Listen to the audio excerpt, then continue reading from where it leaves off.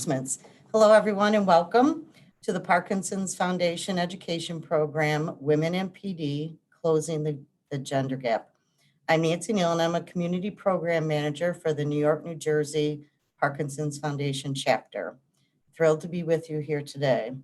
And joining me from behind the scenes, you already heard from Danielle, and we also have Melody, and we're tuned in from various parts in the Northeast. I'm logged in from Rochester, New York. Would love to know where you're logged in from. If you want, I encourage you to take a moment and write into the Q&A box where you're logged in from. And I'll check back throughout to see where folks are from. But we really want to warmly welcome you and join you, and thank you for joining us in this education program. In addition to the local program that we're about to do today, the Parkinson's Foundation also holds weekly programs referred to as PD Health at Home. And these happen on Monday, Wednesdays, and Fridays. To learn more, go to parkinson.org/PD Health, and you'll see that there's a huge variety of programs of interest.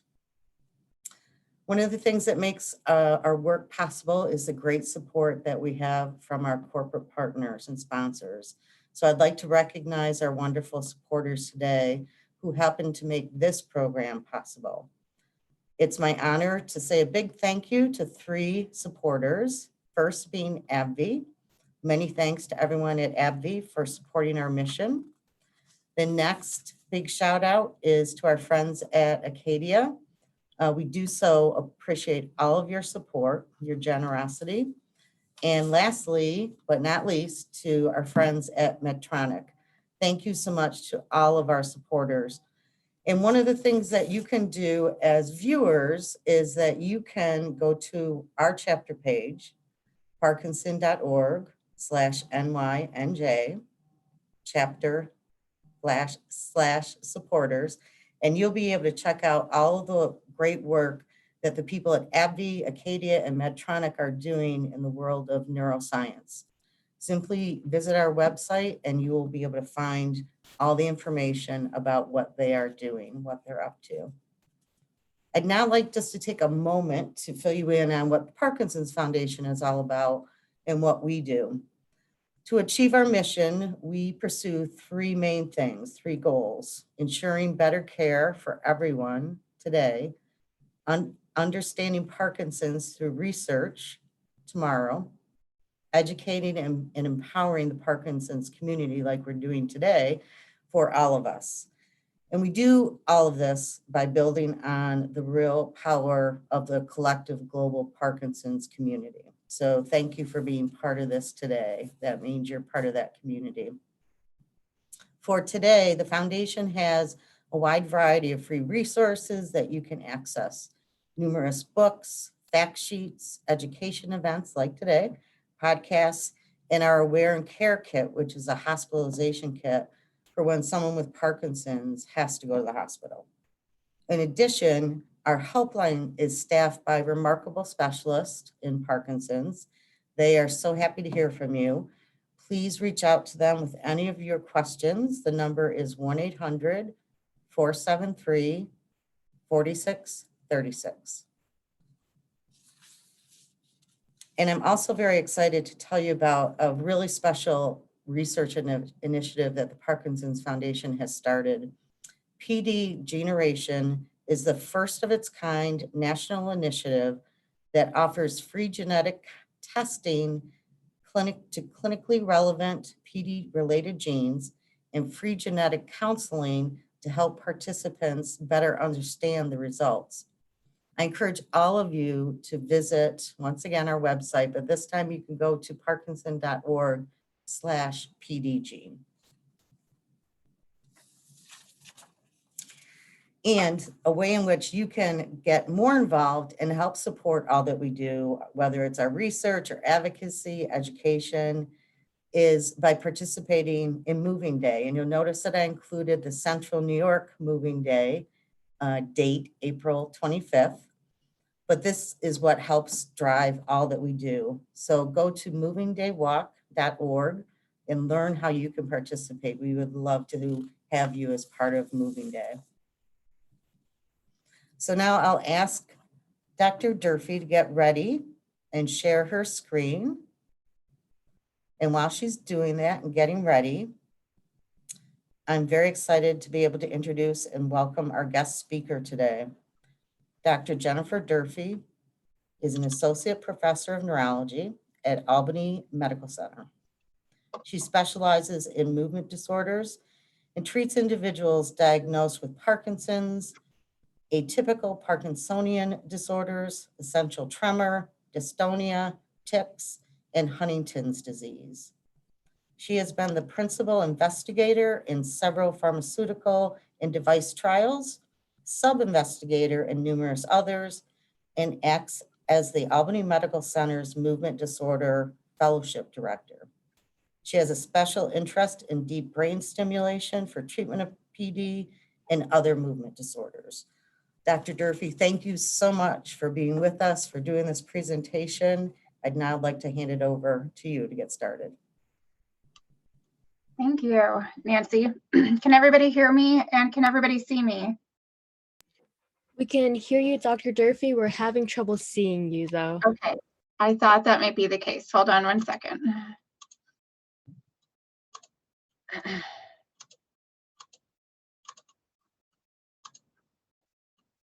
Okay, now you can see me. Yep, it looks perfect. Thank you. Then you can switch over to your slides now. Great. Well, thank you all for being here. I really wish it was different times and that I was talking to everybody in person. It's always nice to have an audience when you're giving a talk, but that's okay. I appreciate that everybody's shown up. I am so happy to be able to talk for the Parkinson's Foundation on this topic, and I so appreciate that the Parkinson's Foundation has decided to make this one of their focus topics, because I think we all know that diseases are different and handled differently and present differently and require different treatment in women than they do in men. And so we'll get into all of that and why that's all important. So today we will be providing an understanding of how women have been underrepresented in Parkinson's research and in the development of Parkinson's treatments. We'll learn about risk factors for developing Parkinson's and if they're different in women than they are in men. We'll understand how Parkinson's symptoms might be different in women than men, and provide information on treatment and care strategies that are specific to the needs of women.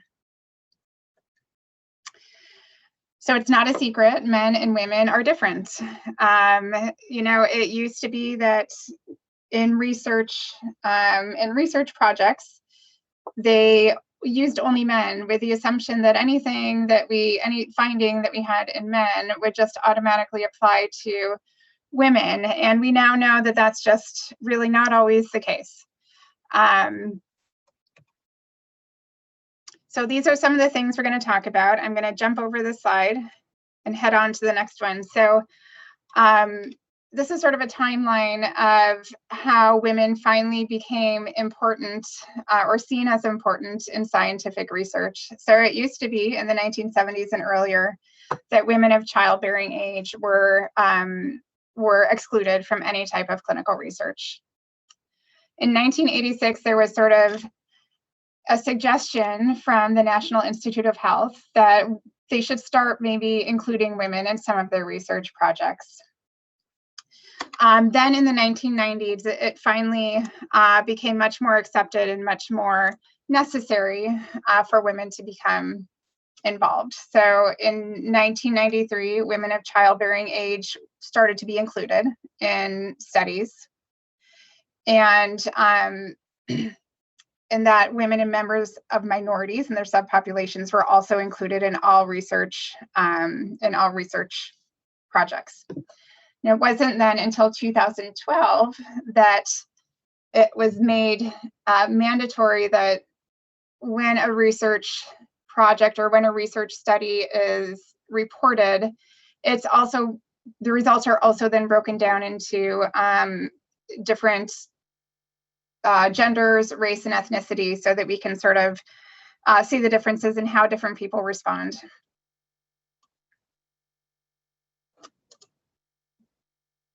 Okay, and why is this important? So the thought in the past that any finding that they had in a man would apply to women has now been proven wrong. And these are just a couple of many examples. So for instance, Ambien or Zolpidem is a very commonly used sleeping medication. Some of you may have been on it or are on it. And for many years, there was no dosing difference recommendations for men or for women. And so in 2013, another study was done which showed that, there is some continued levels of Ambien in the blood in the morning in men and women, but in women at the same dose of men, it was high enough that it would impair their driving. So the label changed so that the maximum daily dose for women is different now than it is for men. In 2014, it was recognized that there are unique risk factors for stroke in women versus in men. And I won't get all into that because it's very scientific stuff, but just a couple of examples on how things are different between women and men in treatment and in diseases.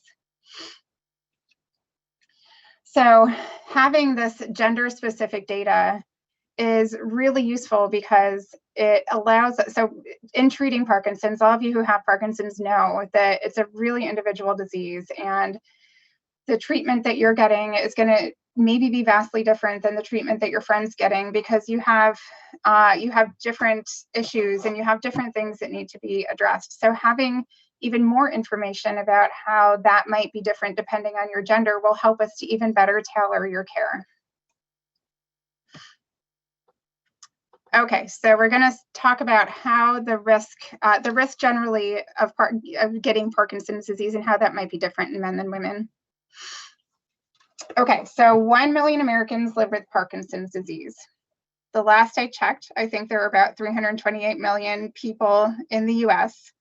So that would be maybe 1 in 328 people, if I'm doing my math correctly. So this is what we refer to as prevalence. So prevalence is the number of cases of a certain disease in the entire population, or in a specific population. And then the incidence, so the number of new cases per year, is about 60,000 in Americans. It's well known that there seems to be a lower rate of Parkinson's disease in women than in men. So it's about a 3-to-2 ratio men to women. We don't really know exactly why that is yet. We'll get into some ideas later on. And you can see that across the board in all ethnicities, all races, men have a higher rate of diagnosis at about 2/3 proportion.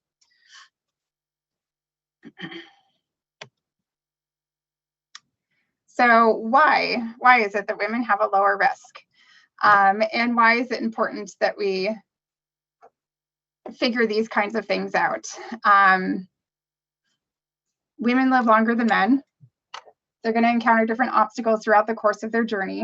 It's important to understand those obstacles in order to better treat each individual. Okay, so here is a poll. There's going to be a question that pops up, and we encourage you all to get on your computer and answer it.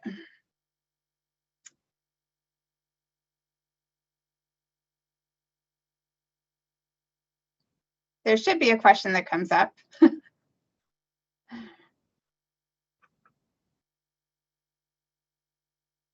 Danielle? Yep, the question is up on everyone's screen. I will just give folks a few more seconds. We have about 40%, so let's hope to get a few more people to fill it out. Okay, so it looks like a majority of folks chose, so the question is, do you experience non-motor symptoms? And most people selected yes, but my motor symptoms are more bothersome. And then the second highest choice was no. So some people do not experience any non-motor symptoms. Okay. So we'll talk about motor and non-motor symptoms in a little bit. So what's a Parkinson's risk factor? So a risk factor is a factor that increases your risk of having sort of another situation arise. So things that increase your risk factor of Parkinson's disease would be things that make it more likely for you to develop Parkinson's disease. This is different than an association. So there are some things that are associated with a higher risk of Parkinson's disease, but aren't necessarily a cause of Parkinson's disease. For example, just this graph on here, it's in the summer, people eat more ice cream and there are more violent crimes. Does this mean that the increased ingestion of ice cream is leading to violent crimes? No, it doesn't mean that. It just means that they both happen to peak in the summer months. So some risk factors for Parkinson's disease. Age is the largest risk factor for developing Parkinson's, and that's obvious. If a 60-year-old is much more likely to develop Parkinson's than a 20-year-old. Being male and gender is a higher risk factor for developing Parkinson's disease. Genetics. So this is a question that I get a lot, especially in people early on in their disease. So do genetics play a role?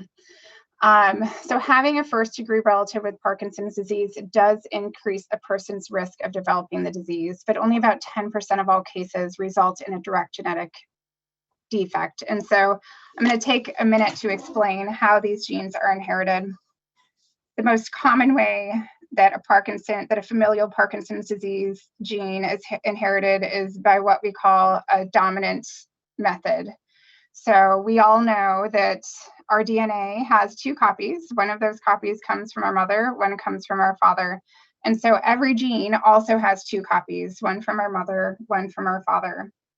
An autosomal dominant gene is one where you only need 1 copy and that trait is going to be expressed. So for example, the brown-eyed gene is autosomal dominant. So and the blue-eyed gene is not. So if I inherit a blue-eyed gene from my dad and a brown-eyed gene from my mom, that brown-eyed gene is the dominant one and it's going to be expressed. So in that situation, you're going to see Parkinson's disease. If we're talking about Parkinson's disease, it's going to happen in every single generation. This is the most common way for this to be inherited. There's also autosomal recessive, where you require 2 copies of the same gene, like 2 copies of the blue-eyed gene, in order to express blue eyes. So there are some genes identified in Parkinson's disease that in which that's the mode of inheritance. And then we haven't identified a lot, but there are definitely some genes that are called risk factor modifier genes. So you might inherit this gene.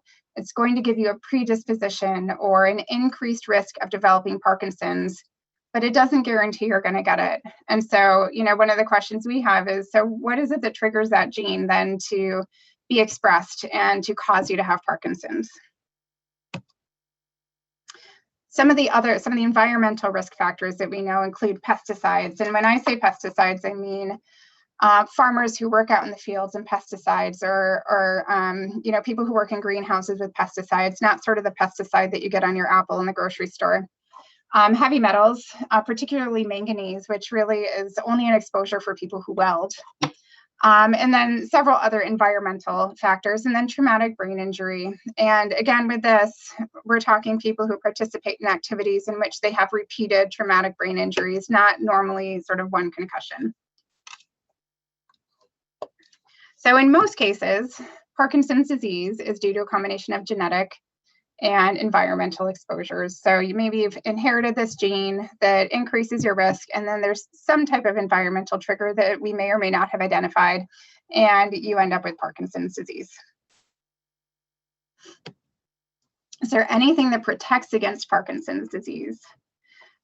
So physical activity, if you've seen me as a patient ever, you'll know that I see this as a more important aspect of treatment than any of the medications I give you. It's really the one thing that changes outcomes in Parkinson's.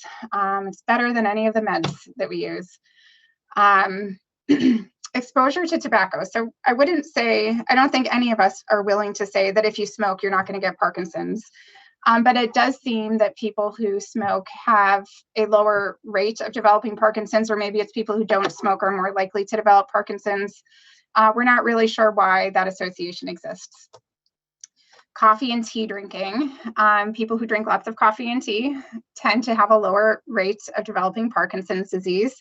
This is true of men and women, but this decreased risk seems to be stronger in men.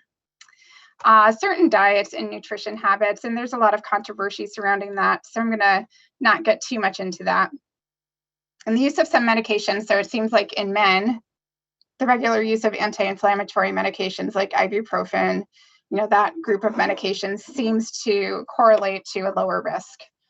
And then higher levels of urate. So urate is something seen in people with certain types of kidney stones. It's a chemical that sort of contributes to the development of kidney stones.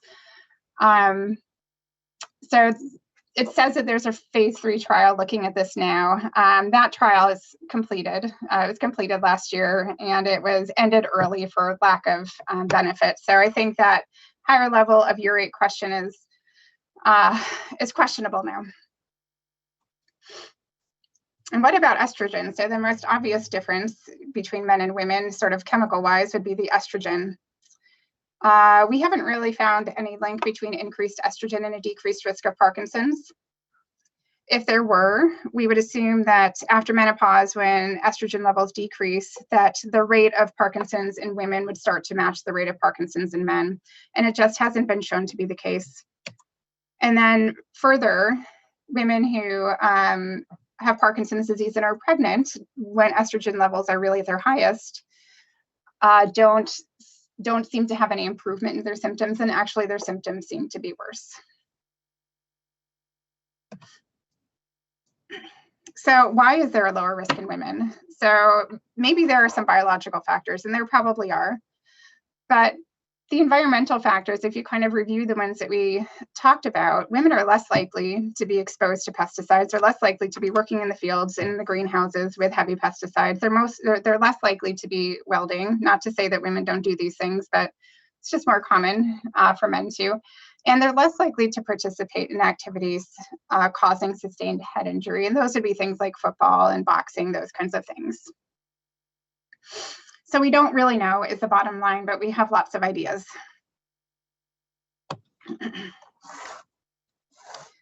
So symptoms, how do symptoms differ between men and women in Parkinson's? Probably all of you are aware of the information on this slide. So when we talk about Parkinson's symptoms, we talk about motor symptoms and non-motor symptoms. Motor symptoms are the symptoms that we can see. You come into the office and I can see these things when I look at you and when I examine you, and others can see these things. And they're the things that make it difficult to move. They're the things that respond the best to the Parkinson's medication. And then there are the non-motor symptoms, which in many people, although not in our group apparently, but in many people are really more troublesome than the non-motor medication, or than the motor symptoms. They often go unrecognized because depending upon who you're seeing for a physician, they may or may not be aware of all these potential symptoms, and they may not be asked about.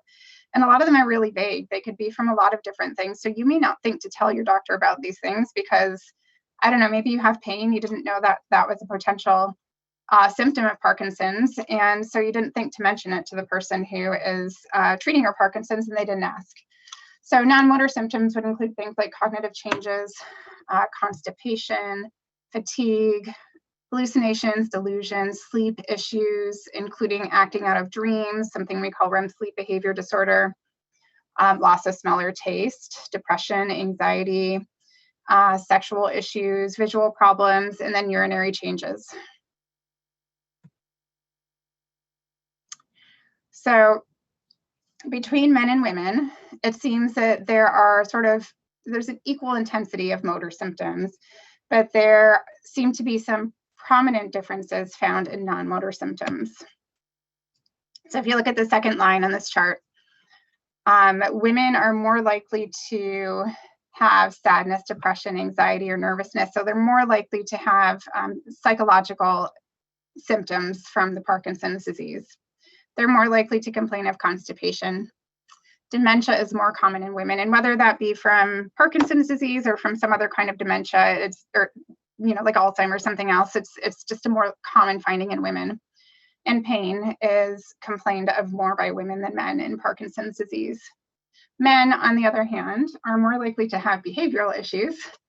RBD is the REM sleep behavior disorder, so they're more likely to act out their dreams and have things like that happening. Sexual dysfunction they complain about more often, and then orthostatic hypotension, which is a situation where you are sitting and then you stand up and your blood pressure can't keep up with the change in positioning and the change in gravity, and so you'll have a drop in your blood pressure for a period of time and you'll get lightheaded. Women, on the other hand, if we're looking at motor symptoms, while they tend to be pretty similar, women may be more likely to have tremor at the onset of their symptoms and sort of what we call more lower body and axial, meaning kind of middle of the body symptoms. So posture issues, walking trouble, gait freezing, and falls. Whereas men might have more upper body involvement and might have more stiffness.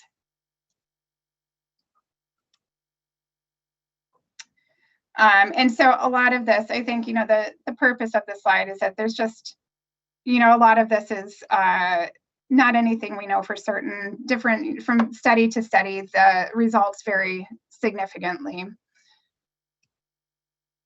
And then the other thing that's different between women and men that might affect how they function with their Parkinson's disease is what we call comorbidities. So a comorbidity is a disease or a health condition that you have that's different than the condition that we're talking about. So not the Parkinson's disease, but some other health condition that that may or may not sort of impact the Parkinson's. So women are more likely to have orthopedic issues, so osteoporosis, and that has to do with our hormonal changes over life, which can result in an increased risk of hip fractures, and then different types of arthritis.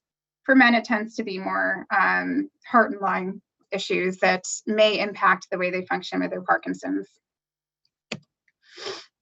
And now we're on the second poll.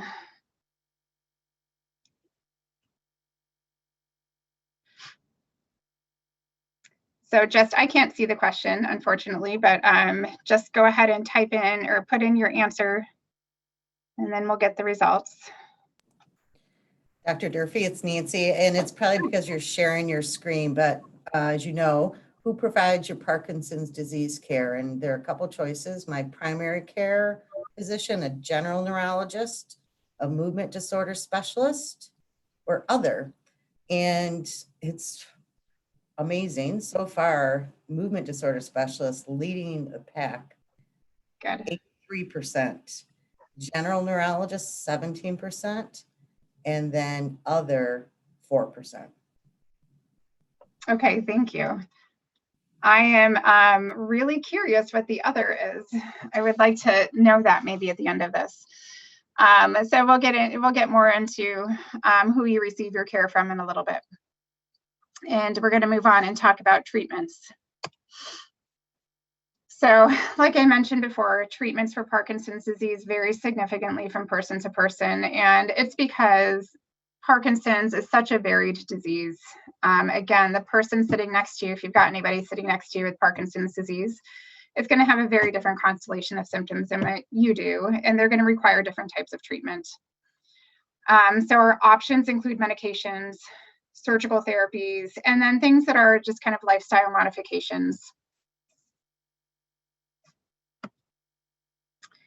So the medications, when we talk about Parkinson's, we always think about the Parkinson's medications, obviously. So things like levodopa and dopamine agonists and those groups of medications, all of those medications act to somehow increase the amount of dopamine that we have in our body, or to make our body think that we have more dopamine than we actually do.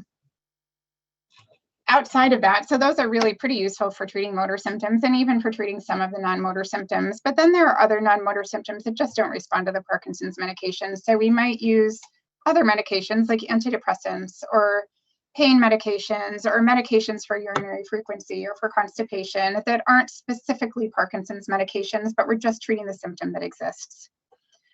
Always, when we prescribe a medication, we're going to think about the other health issues you have. We're going to think about the other medications that you're on to make sure we don't prescribe something that interacts.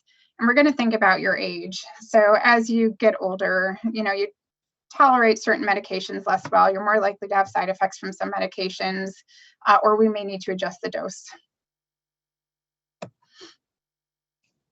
And so between men and women, what's the difference? So it seems like men and women have roughly the same sort of dopaminergic medication regimens.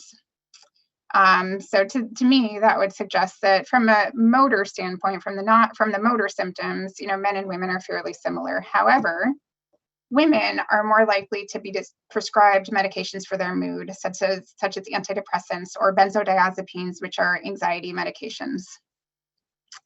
Men, interestingly, are more likely to receive medication for cognitive impairment or dementia, which, if you recall, women actually have a higher rate of cognitive impairment or dementia. So I just found that interesting. Pain treatment is similar between men and women. So despite women and men being on similar regimens of dopaminergic medications, women have more of what we call medication complications. So meaning it's not really a direct side effect. It's not like you take the medication and get nauseous. That would be a side effect, but you're taking the medication, it's working for you, but there are some issues with the way the medication is acting. So maybe you take your medication and it takes a half an hour or so to work, maybe more, maybe less, maybe sometimes it doesn't work. And then it kicks in, and maybe at the peak of the dose when it's working really well, you might get excess movements or dyskinesias, and then maybe you'll feel it wear off again and you'll take your next dose. And so these kind of fluctuations, we call them, and dyskinesias are what we call medication complications, and those seem to be more prominent in women than men. So moving on to surgical options. Anybody who comes to Albany Med at least probably knows lots about deep brain stimulation surgery. Of the two surgical options, this tends to be the go-to around the world for lots of different reasons. So what deep brain stimulation surgery is, so during the surgery, you will have leads, 1 or 2 leads placed deep in your brain through which we can send electricity. It's thought that the electricity we send through will override whatever abnormal activity is happening in the brain. So your brain and your neurons are like a big electrical circuit, and we know that they give off the wrong kind of waves, the wrong kind of wavelengths in people with Parkinson's disease. And so what we think we're doing by putting these leads in and sending electricity through is correcting those abnormal waves, though we're not totally sure about that. It's connected through a wire that goes under the skin behind your ear into a battery pack in your chest. And that battery pack serves first to provide the power, but also it remembers all of these different parameters that we can change in order to best control your particular symptoms.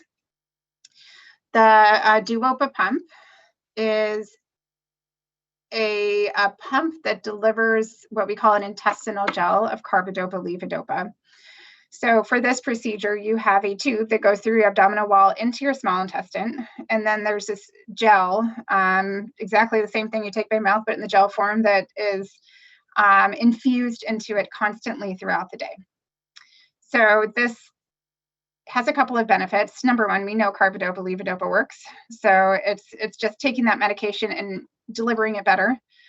Because you're getting medication kind of all throughout the day evenly, you shouldn't really have dyskinesias and fluctuations to the extent that you have without the pump. And it also bypasses at least part of the GI tract. So some of the issues that we have with medication unreliability is that it has to travel through the GI tract, and the speed of travel changes throughout the day depending on what you've been doing and what you've been eating and all that. So this kind of infuses it directly to the place that it gets absorbed. Next poll. Okay, so this one, your last poll, does anyone here act as a caregiver or a family member or friend? And so far, it appears that that is not the case, but we're going to give it just another few seconds to learn more about the audience. So our results seem to be that overall, the majority of individuals tuning in today are not, but 70% of our viewers say yes, they are a caregiver, but it doesn't impact their Parkinson's disease. And yes, there are a much smaller number, but no less important, 4% who do say that being a caregiver is impacting their Parkinson's disease. Okay, great, thank you. I know of at least one in the audience that is a caregiver. Okay, so women with Parkinson's disease who receive DBS are reported to have better improvement in quality of life than men. Interestingly, women are less likely to receive DBS. So why is that? I don't really know the answer to that. I mean, part of it is that women are less likely to have Parkinson's, right? But even adjusting for that, is it that women are less risk averse, or that they're afraid that having a surgery will make them a burden? Is it the doctors just have some type of bias thinking, you know, that allows them to, or that causes them to offer surgery more to men than to women? I don't know. I don't think we really know the answer to that. And then we'll move on to lifestyle modifications. So exercise, again, I already kind of gave my spiel about that. It's the one thing that we have that slows down disease progression and allows for better outcomes in people. Diet, you know, there's also sort of controversy out there about this. My general feeling about diet is you should just eat a healthy diet, and that's going to make everything feel better, regardless of whether it has any impact on the disease itself. It's generally recommended that a Mediterranean diet, which is shown over to the right, pretty much, I'm just noticing, is good for overall brain health. And then, of course, we would look for all the therapies, depending on what types of issues you're having at that time. You know, during your course of your disease, almost everybody accesses those therapies at some point.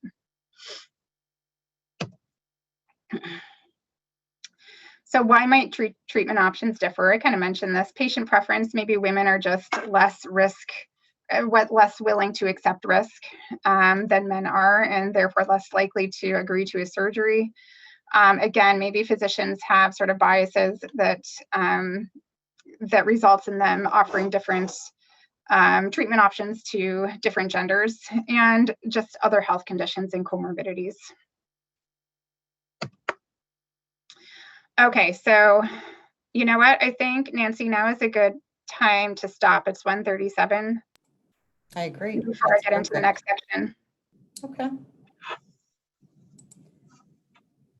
Thank you so much. And the reason we're stopping is because something that's been mentioned several times already today is movement or exercise. And I'm really thrilled to have involved in today's presentation, besides Dr. Durfee, another wonderful Albany superstar.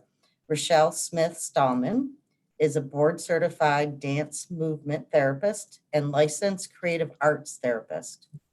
Hello, everyone. Oh boy, this is all crazy for me because I haven't been able to hear a word because my computer is a little messed up, but hopefully you can hear me, and we're just going to have a lot of fun. So let's just start out and take a really good stretch. Oh man, you can make some noise, kick out your heels. Oh man, just stretch all over the place, as wide and long, as big as you can. Take a deep breath in, lift up. Let the air out, go all the way down, say, and just walk your hands right back up your legs. One more time, breathe in, lift up.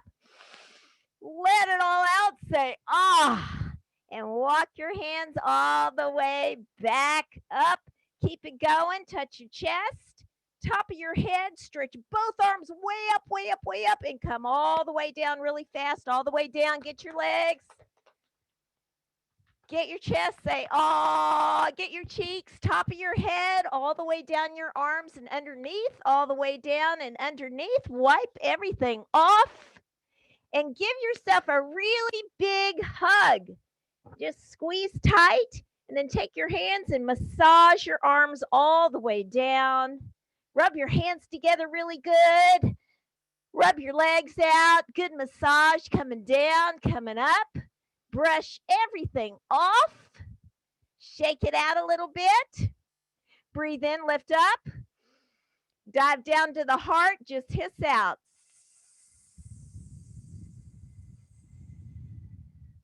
Nice. We're going to start a little sort of a yoga dance, and then we're just going to boogie on. So have a great time. You know that you can choose to sit or stand. whatever you feel comfortable with.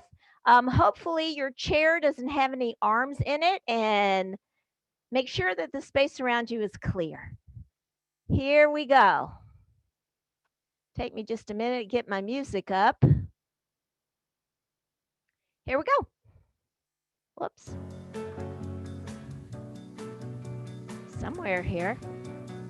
Ha! Oh boy. This is crazy.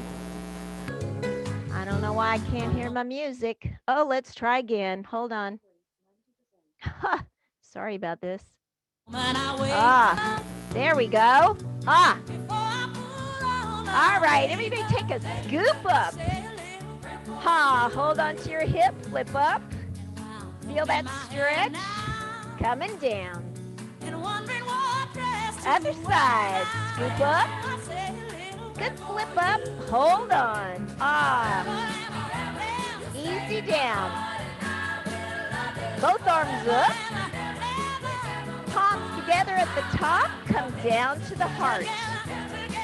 You can rest your thumbs on your chest if you like. Coming up, burst open big, easy down. Let's try that again. Palms at the top, burst open big, hold it here. Cross over the chest to the other side. Other side. Whoops. Oh, I just hit my microphone. Give me a little bit of butterfly arms here. Nice. Again, scoop up. Down to the heart. How about snakes? Coming in and out. How about all the way up? Stretch up. Give me a little circle up here at the top. And reverse. Stretch it out. So nice. Again, scoop up. Palms down to the heart. Coming up, take a dive all the way down. If you like, stretch an arm up, wiggle out your fingers. Other side, good wiggle, wiggle. Coming back, walk it up. Get your belly, get your chest, stretch it up, and roll your wrists all the way down. Give me a little slow kick here. Yeah. Nice. You can always sing the words to the song. I know you know it. Coming down. Let's try other side. We'll flex and point. Oh, yeah. Coming down. Again, scoop up. All the way down to the heart. Coming up. Take another dive. Oh, I see one of my lights is red. I hope y'all can hear me. Other side. Here we go. Oh, man. Technology. Give me a push. Stretch it out. Nice. One more butterfly here. Let's roll our shoulders around a little bit. And roll your head around a little bit. Oh, yeah. Take a little step to each side. Easy. Nice and easy. Side to side. Let's flex and point. All the way down, we'll go flex and point. All the way down, scoop up. And stretch it all out. And I'm just going to check up here with a little message to see how I'm doing with the sound. So, little check. Let's see. It sounds great. Oh, I'm so glad. Okay, terrifico. Ha ha, woohoo. All right, next one up. Have fun with this one. We're going to be boogieing on here. All right, feel that music? I want to see a little bounce in here. Ha! All over. Not that I can see you. It's really kind of funny. But anyway, so that means you can just go nuts at home and just dance all over the place. Oh, yeah. Woo! All right, just like you're taking some water off your hands, we're going to move that around. Huh. Yeah, get rid of that water. All over the place. Woo! Now, while you're doing this, you. Yeah, how about wake up that space? Woo, move it around. So we're waking up the outside air here, up and down and all around us. And we're waking up ourselves too. Oh yeah, woo, give me a little rock or a shimmy. Woo, now you can go as slow as you want. And anything we do, or speed it up, you gotta listen to yourself. Let's switch feet. Just a little rock, front and back, take a walk. Oh yeah. Feeling that music, that rhythm, feeling good. Now we're just gonna touch our shoulder and push that away. Touch, push that away. Touch it, push it away. Let's do both. Push it away. Again. Push it away.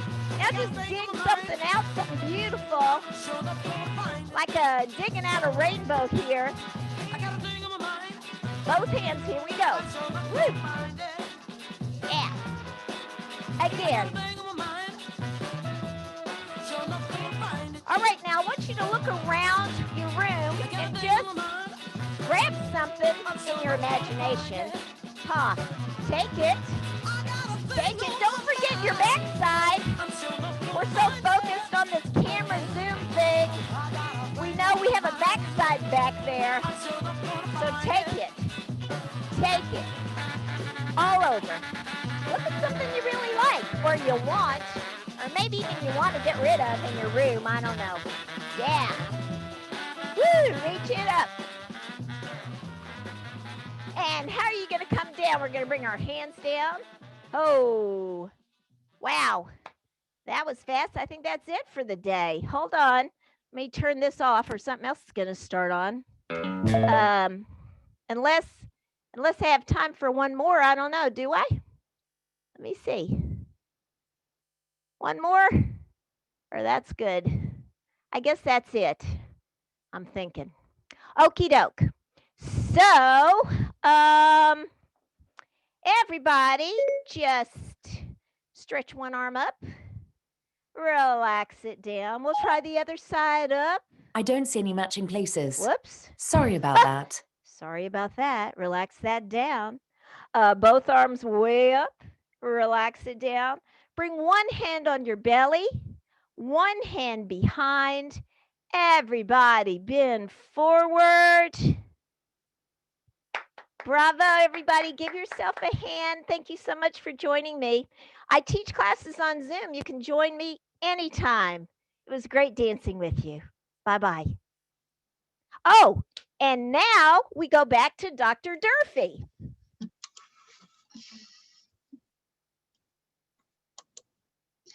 Thank you for that, Rochelle.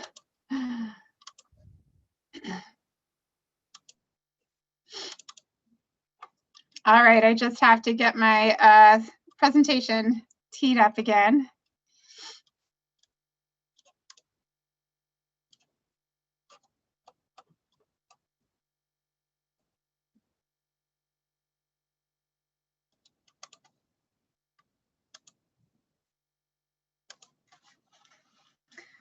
Okay, hopefully everybody can see and hear me.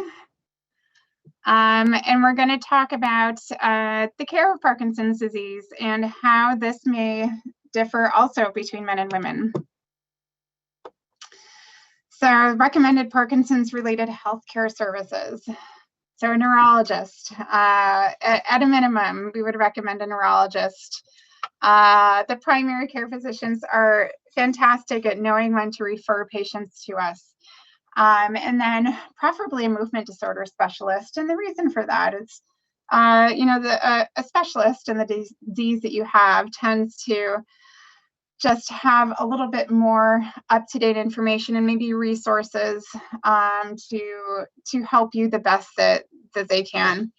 All of these different therapies, the physical therapy, speech, occupational therapy, many of you have already visited these therapists, and they serve a certain role in certain situations.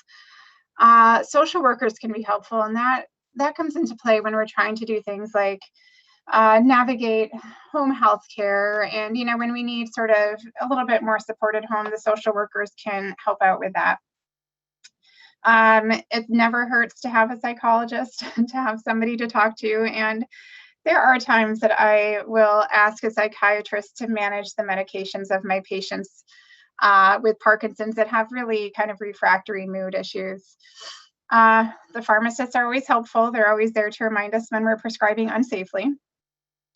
And then a dietitian, nurse practitioner, you know, sometimes those can be helpful depending on the way your practice is set up that you're going to. So why is it important to see a neurologist? So, you know, the goal of treating Parkinson's disease is to keep you as functional and as normally functioning as possible for as long as possible. And this is what we as neurologists and movement specialists do all day long. So we've got all of these different therapies on our radar, and we know exactly when it is the right time to introduce them in whatever situation. Keeping you mobile and keeping you strong and keeping you safe through the use of these therapies and appropriate medications results in better mobility, less likelihood of developing a hip fracture, which is a huge, one of the biggest, most common reasons for being admitted to a nursing facility. And therefore, you are less likely to end up in a skilled nursing facility.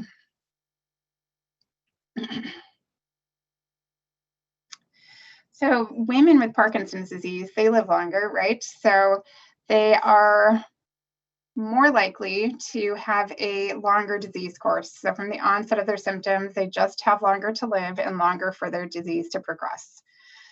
There's also a longer time from onset of symptoms to diagnosis, and then onset of symptoms to when they first visit a movement disorder specialist. I don't know if some of this is, as we saw before, you know, women tend to experience more of the non-motor kind of vague symptoms. So it might be harder for a non-neurologist or a non-movement disorder specialist to recognize some of those symptoms as possibly being Parkinson's. Women are also more likely to be unhappy with the process of obtaining a diagnosis of Parkinson's disease. So who is more likely to see a neurologist? So it's the men, of course, at the top. And then the women. I'm not sure in this graph what happened to the Asian women, but I guess the point is, you know, it's all the men at the top and the women at the bottom, with the exception of Black men, which are at the very bottom. And why is this? It's not really sure. So are women accessing care? They are less likely to see a physician. They're more likely to be placed in a skilled nursing facility. They're more likely to receive home health care, so outside care from, you know, an agency or a nurse that comes in. And they're more likely to receive hospice care, which isn't necessarily a bad thing. Hospice care is actually is a great service when it's appropriate. So women, again, are more likely to reside in a nursing facility, 34% more. And once you end up in a nursing facility, if you end up in a nursing facility, most people don't, but if you do, you are much less likely to receive care from a neurologist. You know, most facilities have sort of their in-house physicians who kind of manage everything. So you may not have an actual neurologist that's managing your symptoms. And what are the leading causes of placement in a nursing facility? So I already mentioned hip fracture and dementia. So if you remember, women are much more likely to experience dementia from any cause than men are.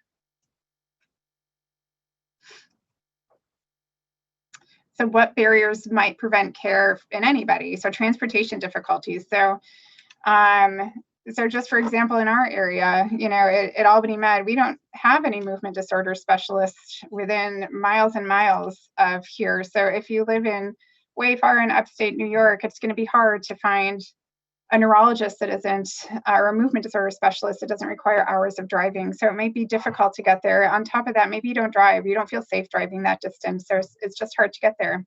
Again, there's limited service available. Social isolation. So there are people, and again, we'll see this in another slide, but women are more likely to live alone and to be their own caregivers and to not have that social support. So so it may be harder for them to access the care that they need. Limited physical mobility. So in Parkinson's, it's a disease characterized by limitations in physical mobility. So it may make it hard to get to appointments, and then financial constraints always. So this is where that caregiver question came from. So the difference in women is that they very often serve in a caregiving role for others. And that includes partners, aging parents, children, and grandchildren. So being a caregiver is sort of a condition in itself. You know, caregivers do tend to neglect their own health issues. They tend to take less good care of themselves, and they're more likely to be in poor health than those who do not serve as caregivers.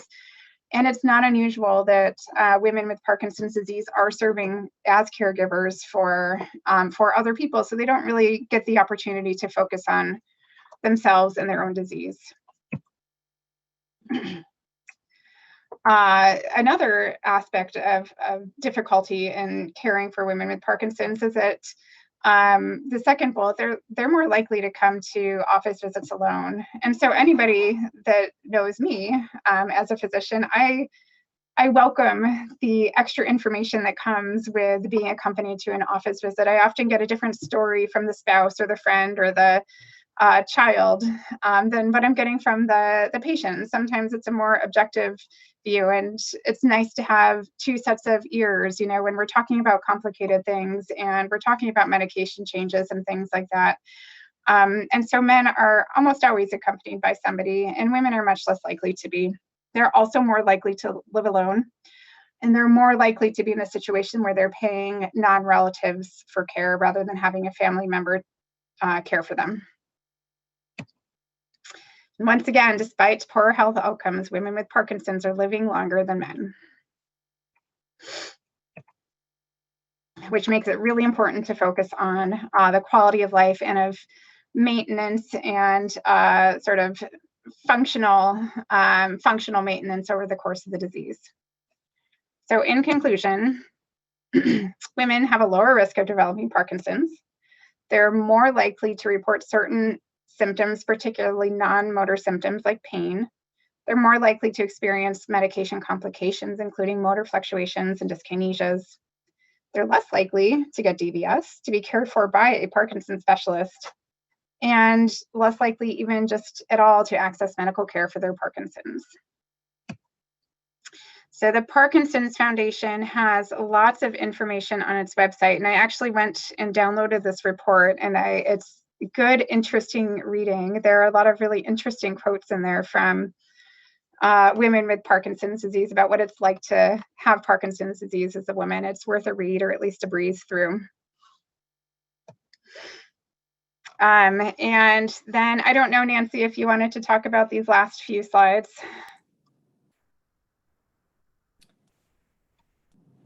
Yeah, okay. So what's represented there and is really important and core to us, these are what we refer to as our 3 pillars. And research, care, education, that's how we manage to devote the work and the energy that we need to do.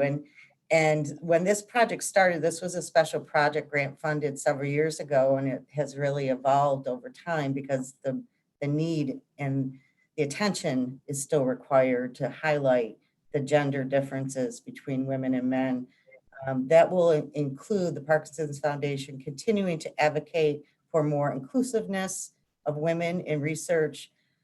The care issues that Dr. Durfee has already mentioned, we know are significantly different for women, and that's part of our advocacy agenda. And what we're doing today, letting people know more and more about why these differences are what they are, at least through our education and empowerment. So that's a big part, and it all ties back to that report that Dr. Durfee just mentioned, and that you can read on our website, and encourage you to do that. I know I've been referring you to our website a lot, but our website is a huge font of information. there another slide that you wanted me to? This is all Parkinson's Foundation stuff. Okay. Yeah. So I think we covered that, and Okay. I'm sure everyone would be really interested to read all the citations that come after this. There they are. What you need to know is that this was well researched. So there's a lot of science behind all of this. So that's probably a good way for us to transition to our Q&A session. And thank you so much for the questions that you have submitted already, and please continue to do that. We have some time. And before we move totally to the Q&A, I want to say once again, thank you, Rochelle. That was just marvelous. And I meant to mention that it might be a little tough to have seen, but you have a brand new Dance Beyond Parkinson shirt on today. So thank you for being part of this. We really appreciate that. And for all the folks who have tuned in from not only the Albany area, which many folks have let us know that you're tuning in from there, but also Canada, Connecticut, and of course, other areas of New York State. So thank you all very, very much. So let's take, Dr. Durfee, ready for the first question? I'm ready. Okay. So one of the participants today is asking, is there a maximum dose of cinnamon to be taken each day? Yeah, so everybody has kind of their own maximum. The way that we determine a maximum in somebody is when they no longer tolerate the amount that we're giving them. So, and not tolerating it would be, you know, maybe you have really wild dyskinesias and you just can't take anymore, or maybe that particular dose is making you really lightheaded and we need to do something about that before you can take any more, or you're confused and hallucinating on the dose we're giving you, and that dose is going to be different from person to person. Okay. So it sounds like something that, in talking very closely with your doctors and your care providers, is really an important step. A few moments ago, you were talking about the access to movement disorder specialists. And another question here, and it's somewhat COVID related too, is Albany Med, are you doing telehealth visits? We are, you know, most of, back in March and April and May, we were almost exclusively telemedicine. For the most part now we're doing in person, but I still have a patient or two a day that just prefers phone or video, and that's fine, and we do it that way. So that's great. You really are able to customize the delivery of care. Wonderful. Yeah. I wonder, people are wondering about clinical trials and research. Would you like to address, like, where can people find out about the opportunities to get involved in clinical trials? Yeah, so one way to find out opportunities would be just at your movement disorders clinic, you know, wherever it is that you go. And when we see patients, you know, we have a handful of studies that we're participating in right now. And if we come across a patient who we think would be a good candidate for a study, we'll often bring it up. And then, you know, clinicaltrials.gov. So yes, thank you for putting that on, Danielle. Yep. So she put down a couple of websites where you can go and search for clinical trials that are specific to what you're looking for. Absolutely. And I'm going to mention this a couple times before we end. Any questions that we don't get to, any questions that you think of afterwards, call our helpline, 1-800-4PD-INFO, and you'll have access to that number as well. So the next question came in, and it's actually two, so I'm going to break it up. So what are your thoughts about this, Dr. Durfee? Do women with Parkinson's take better care of themselves and manage their symptoms better than men who have Parkinson's? So I would say, I think it is very dependent on the situation.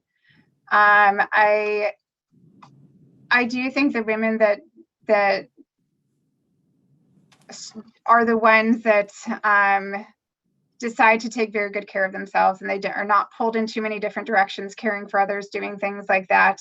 I do find that there is a group of people that really embraces it and really does a great job of trying to keep themselves healthy in all ways. But then again, as mentioned, women are more likely to be caregivers and more likely to put others first and more likely to worry less about their issues and more about the issues of the people around them. So there is certainly that group of women also who falls into that category. You did address this already, but I just want to make sure, particularly for the person who asked this, that we just reiterate. The person who asked the first question there said, do women with Parkinson's live longer than men with Parkinson's? They do. Just women in general live longer, regardless of what the health issues are. So yeah. Okay. The next one has, our next question really has to do with some really concrete things that would be, of course, a question that anyone with Parkinson's might ask. Wondering if there's any kind of help available at no cost or low cost.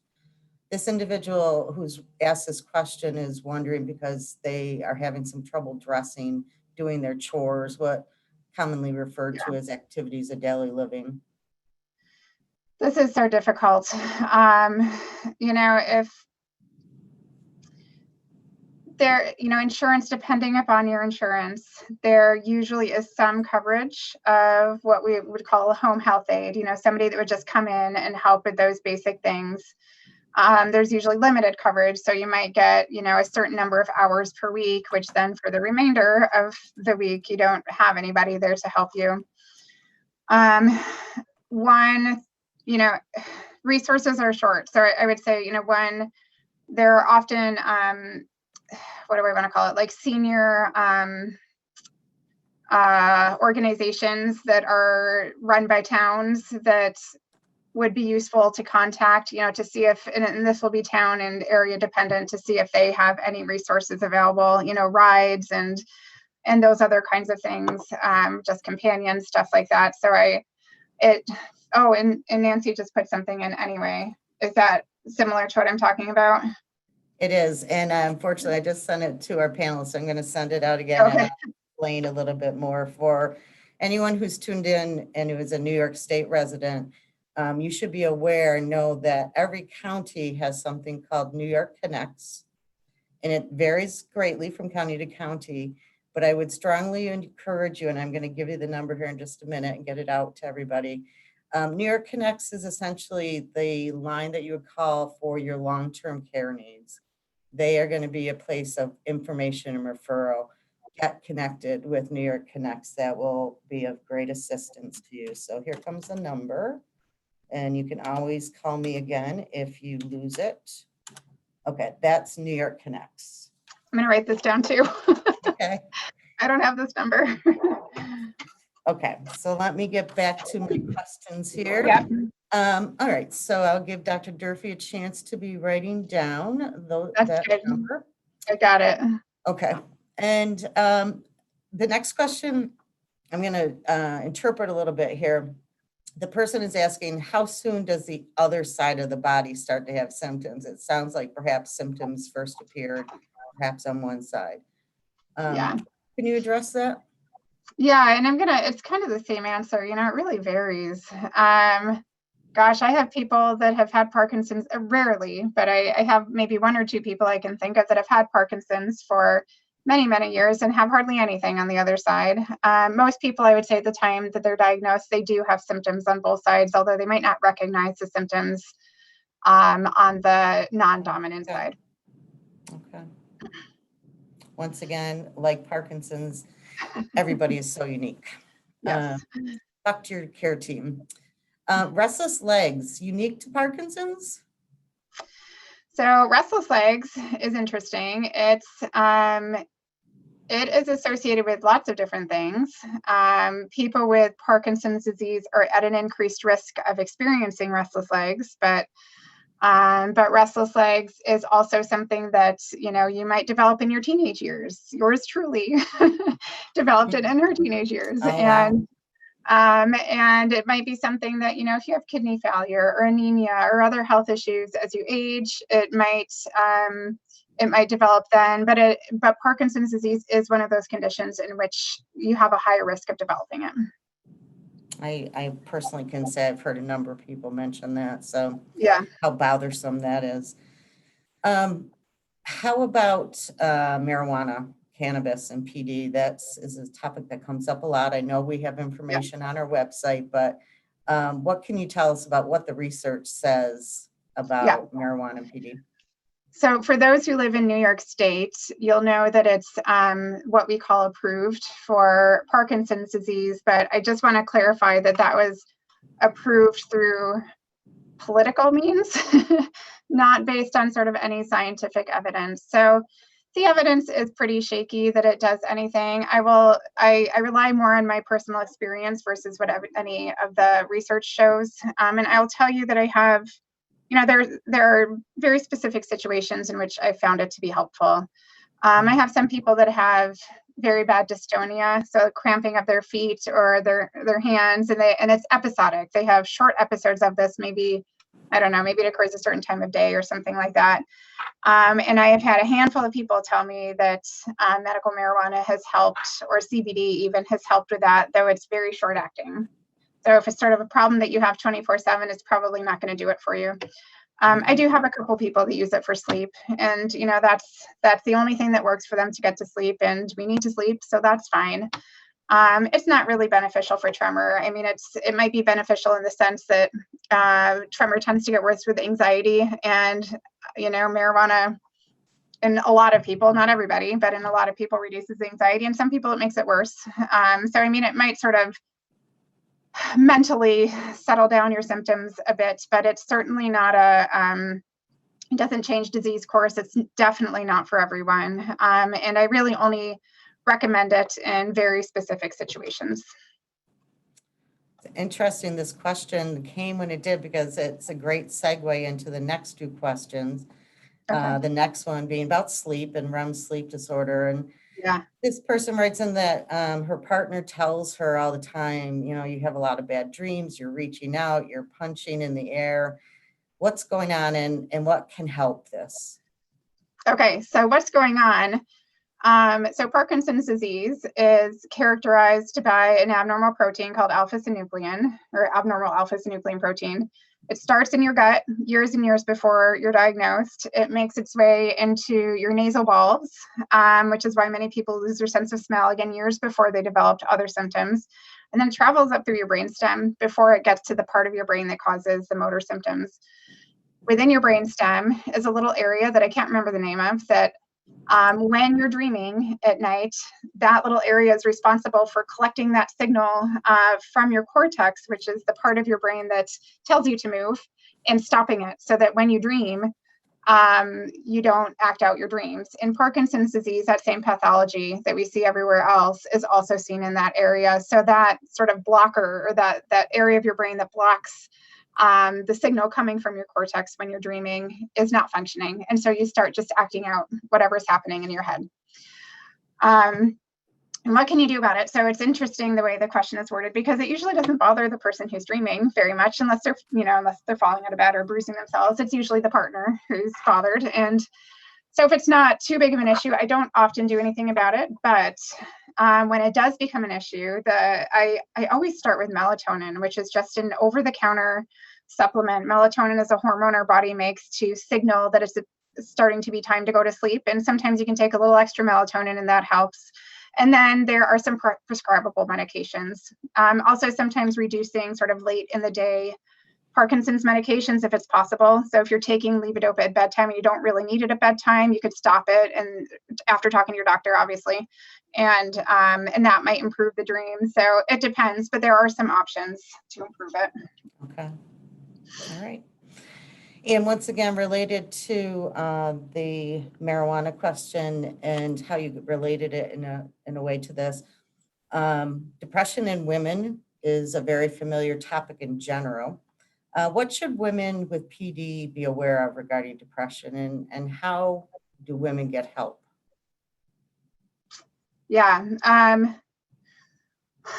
Well, I'm going to tell you that I know that 3 of the people that are on this talk here are patients of mine, and they are very good friends, and I like to use them as an example. They all have, obviously they all have Parkinson's disease, because everybody here does. And they have found this really amazing group of really supportive women, and they are just the happiest. I mean, I just, it's something that I really love to see. So, and I see that, I'm just thinking about them because they happen to be here, but it's true. I find that, especially for women, if you find ways to connect to other women through support groups or in any way at all that, that sort of understands what you're going through, I find that to be one way to really deal with the depression. Obviously you should talk to your doctor about it. Oh, geez. Sorry, my computer just shut off. There we go. Okay. You should talk to your doctor about it. We'll certainly prescribe medications when it's appropriate. Support groups aren't for everyone, but if they're for you, that can be a great way to sort of have less anxiety and less depression about your diagnosis. Exercise, I'm a big proponent of that for lifting up moods. And this particular year has been so hard on all of my patients' moods, and especially the ones who exercise, because they're not getting the socialization of exercising, and they don't get to leave the house to go to the gym, and they don't get the endorphins, and they're doing their best at home, but it's just not the same, Absolutely. So challenging right now. Yeah. Once again, you just created a great segue. Of course, naturally, people with Parkinson's are wondering about COVID, and we want to prevent anyone from getting it. Any particular recommendations, suggestions you have regarding Parkinson's and COVID? Yeah, so the Movement Disorder Society actually just, I think last week, put out a statement about sort of COVID and Parkinson's disease and vaccination and Parkinson's disease. And essentially the bottom line at the end of it all is that to do the same things that everybody is recommended to do. Parkinson's doesn't necessarily put you at an increased risk of issues, although I would argue that if you're less mobile and things like that, that could put you at an increased risk if you do develop COVID. But you should get vaccinated the way the rest of the population is trying to get vaccinated. And based on your age, things like that. Parkinson's disease is not one of those diseases that they're considering to be sort of one of the riskier ones in terms of this. Okay. And there is more information on our website from our medical director as well. Recently, he did a whole Facebook Live, which is recorded. You can access it, about the vaccine. I know a lot of people are very interested, have naturally good questions about it. So someone else is asking about their pain experience, and she experiences pain before her next dose of Cinnamate. Can you comment about pain and PD? Yeah, pain and PD is tough because it's so vague, and it's one of those things where people come to me and tell me they have pain and ask me if it's from their PD, and I say I really don't know if it is, and we kind of make sure that it's not from something else, and then decide, well, maybe it is. The pain in PD most typically, but not always, centers on the muscles. It's often worse on the side on which you're most affected. So if your left side is the side with the bad tremor or the bad stiffness, it's most often going to be on your left side. It's not unusual for it to involve the shoulder area. And you're lucky, whoever asked the question, that it responds to levodopa, because that opens up a lot more treatment options. There are some types of pain that just don't seem to. There are people that have what we would call visceral pain, like pain in the abdomen, or in this area that just, it's really hard to treat. It just doesn't respond to much of anything. But for somebody, and again, I don't know who was asked, and I don't think I'm your doctor, but what I would do, in that situation was try to get you better coverage during the day with your Parkinson's medication. So I would mention that to your doctor if you haven't, and there might be ways to reduce that time where your medications are wearing off. Wonderful, thank you. Another really difficult symptom of Parkinson's is constipation. And another woman is writing that for her, it's so painful and disrupts her life, and at times can be very embarrassing. Any suggestions of how she can get some relief? Yeah, I wish that we train people to be movement. So we have what we call fellows that we train to be movement disorder specialists. And one of our fellows this year has a concoction that a recipe that he gives out to people. And I wish I had it handy to tell you, but there are things like that out there.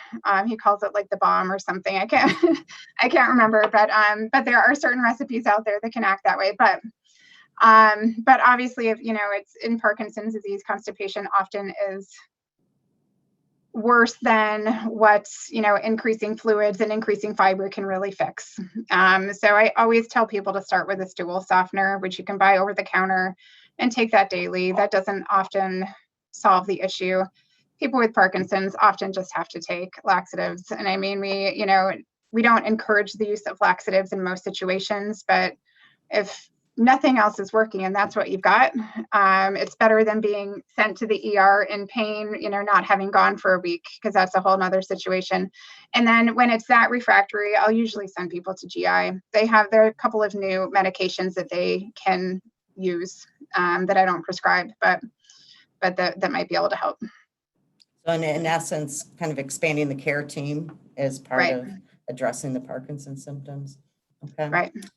Another woman is talking about in her question how to explain to her family and friends that she's not being lazy or that she is apathetic and she doesn't want to exercise all the way, but she gets tired. I think she's talking about fatigue.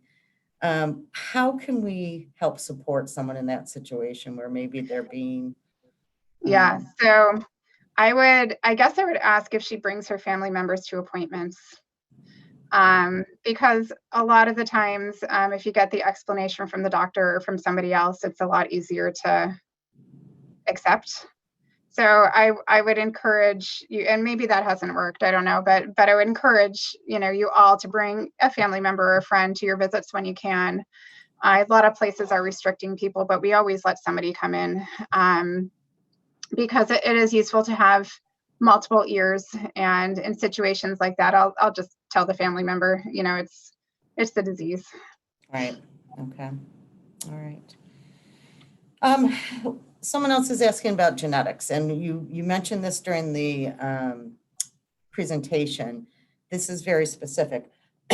This individual was diagnosed 2 years ago. Her father also had Parkinson's, and they suspect that maybe her grandfather had it as well, but it was never confirmed.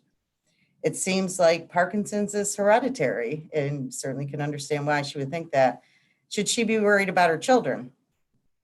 Yeah, so what it's, and again, not knowing you or your family history in detail, I don't want to, I don't know this for certain, but what it sounds to me is that you have this, I don't know if my explanation of dominant versus recessive was helpful at all, but it sounds like in your family, this would be a dominant gene, meaning you only need to inherit one copy.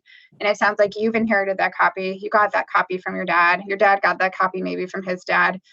And you probably have one copy of the Parkinson's gene and one normal copy. So that would mean each of your children are going to get one of your two copies, and it might be the Parkinson's copy, it might be the non-Parkinson's copy, but that means that each of your children, if it's true what I'm saying, has a 50% risk of having that gene. This, and Dr. Durfee, you can certainly correct me because you're the medical expert here. It just, it seems like perhaps this might be a great opportunity to take advantage of our PD generation work with the genetic testing, and that comes with the genetic counseling. So it's very different from other places that are doing genetic testing. So once again, parkinson.org/PDgene. Please visit there, check it out. And once again, because of COVID, it has all moved to in-home in addition to site-based research studies. Yeah. Our last question today, can't believe our time is flying by here, but this will be our last. What are your thoughts on waiting to take levodopa? This person has had Parkinson's for 12 years and doesn't take levodopa, takes Mirapex. So again, it's going to vary from person to person what my recommendations would be. It used to be thought that we should, quote, save levodopa, that we should use other medications, and save levodopa for when your disease is worse. And some of that stems from also old information that has since been disproven that levodopa only works for a certain period of time. And we know that that's just not true. So levodopa will work forever if it works for you. Your disease will continue to change and it will make it harder to treat with levodopa, but the levodopa is going to continue to work. So the thinking in the movement disorders world has changed over the past, I don't know, 7 or 8 years, and that we now most often use levodopa as our first medication. And some of the reasons for that is outcomes. People just seem to do better when they're placed on in the long run, when they're placed on levodopa earlier in the disease. For what reason, I don't know. And, you know, one of my thoughts is maybe levodopa is by far the medication that works the best. It's the one with the fewest side effects. You know, the medications like Mirapex come with pretty funny side effects, and they all have their place, but they can, you know, they can cause kind of funny things. So levodopa is really the cleanest one. It's the most direct one, and it's the one that tends to work the best. And I want my patients to be functioning as normally as they can possibly function for as long as they can, because it's going to allow them to exercise and to be socially active and all the things that are really important in neurodegenerative diseases. So well said, and so aligned with the Parkinson's Foundation about helping people to live their best life. Yeah. Many, many thanks, Dr. Durfee. This has been spectacular. So much information. Thank you for responding to all these questions. Thank you, Rochelle, for giving us a great movement break. And many thanks to all of you who have logged in and tuned in today. I really so thankful that you joined us. And I want to thank our program sponsors once again, AbbVie, Acadia, and Medtronic. Thank you so much for your generous support. Today's session has been recorded and will be archived on the Parkinson's Foundation YouTube channel within a few days. You'll get a link directly to your email with information about how, if you'd like to see it again or check out some of the questions. I also wanted to share with you how to stay connected to us and stay connected to the Parkinson's Foundation New York, New Jersey chapter. And I didn't put on this slide, but I'll tell you too, in case you're tuning in from somewhere else, you can find out if you're in the United States, what chapter you come under by visiting parkinson.org/chapters. For those of you in New York, feel free to write directly to us at the chapter email box. So you can write directly to me. Visit our chapter page. You'll find information about upcoming programs. You'll find information about support groups, wellness programs. And I hope you will like and follow us on Facebook as well. And lastly, please stay connected to us nationally. Use our helpline. They're there waiting for your call. The website, I'm not sure how many times I've cited it and recommended it today, probably too numerous to count, but you will find so much information on the website that can be easily accessed. So with that, I will say thank you again. I hope that you all stay very safe, stay warm, and I hope we'll see you again soon at one of our next programs. Thank you again, everyone.